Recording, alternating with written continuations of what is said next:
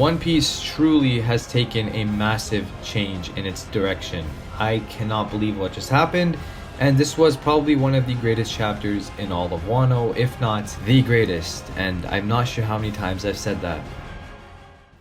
Alright, so I don't usually talk about One Piece on my channel because I've tried it a few times and One Piece just did absolutely horribly. So I decided to not make any more videos on One Piece, and that is until the recent chapter, chapter 1044. Now, the fact that you're on this video means you've probably read the chapter, and I'm just gonna assume that you have read the chapter because if you haven't and you're here, then you're stupid. But the fact of the matter is that this moment in One Piece just changed the entire course of the story pretty much forever. When it comes to the lore and mystery behind One Piece and the different plot reveals that have yet not been revealed, such as the Void Century and the One Piece itself, there is a lot, and we all expected that final war to be where everything really got revealed, and Joy Boy was one of those massive factors that had not yet been revealed, and to be honest, I did not expect it to be revealed until towards the end of the story, but that is one of the biggest revelations that has just now been revealed, and it's basically confirmed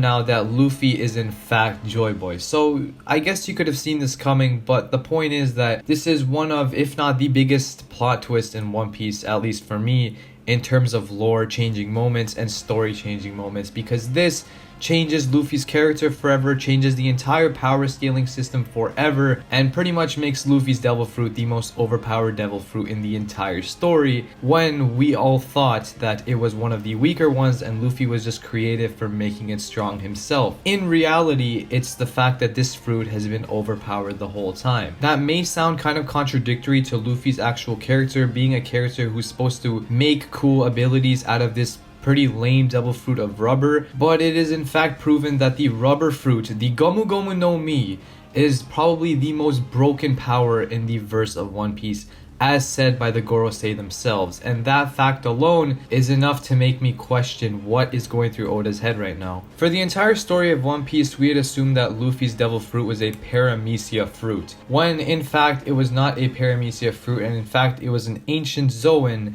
carrying the name of a god. So the Gomu Gomu no Mi is a mythical Zoan Devil Fruit. For the entire 1000 or so chapters of One Piece, we had thought that Luffy's Devil Fruit was a Paramecia Devil Fruit, when in reality it was actually a mythical Zoan based on the model Nika, which was known as the Sun God.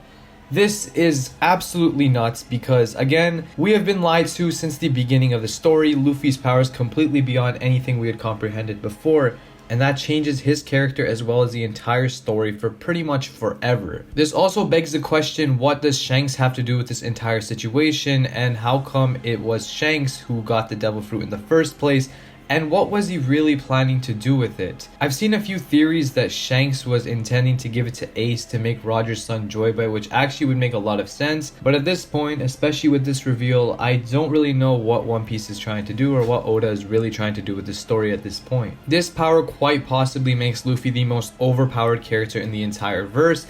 That is assuming he knows how to use the power consistently, which I assume he doesn't, because if he did, then that would mean he could pretty much take down anyone in the story that he wanted to right now. Now, there's gotta be some sort of obstacle, as Luffy has just achieved the quote-unquote strongest power in the entire world, and for me to picture Blackbeard coming to Wano at this point is not completely out of the question. This is about the climax of Wano right now, but I do think that, like a lot of the other arcs, Oda is going to throw in something absolutely crazy and just twist the story in a completely different direction. So I do definitely see Blackbeard coming to Wano happening, and if Blackbeard does end up taking Kaido's Devil Fruit, then we are in for a ridiculous finish. As for Luffy's actual Gear 5 form itself, I would say that it looks amazing, and I really like the design of it. To be honest, I think it looks the best out of all the designs of Luffy's power-ups, maybe except for Snake Man, because let's be honest, Snake Man, that's just so amazing. But in terms of the actual design of the power and the power itself, I think it really does fit Luffy well, and the whole Joy Boy thing with laughing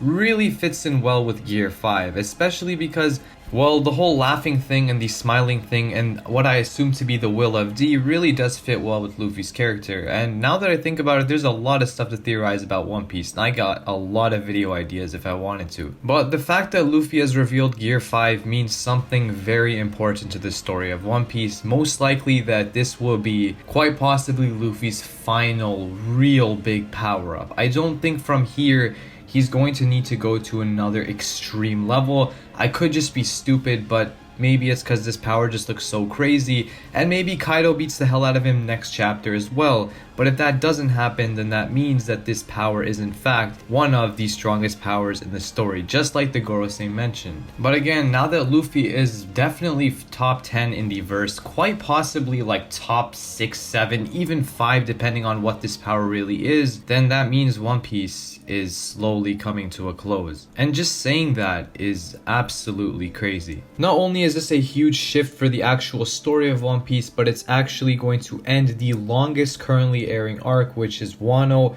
Wano has been going on since like the late 800s, I believe, maybe early 900s, and we are midway into the thousands and it's still not done. So after the next few chapters, I assume that Wano is eventually going to wrap up, and I definitely hope it does, because I'm kind of getting tired of seeing Kaido's face. There's a lot of crazy lore behind this whole Joy Boy Gear 5 Sun God type thing, but I'm not really going to dive into that today. But if you do want to see an analysis, and if you do enjoy this one, then make sure you drop a like, and I might actually end up doing One Piece in the future if that's really what you want to see. One Piece truly has taken a massive change in its direction. I cannot believe what just happened.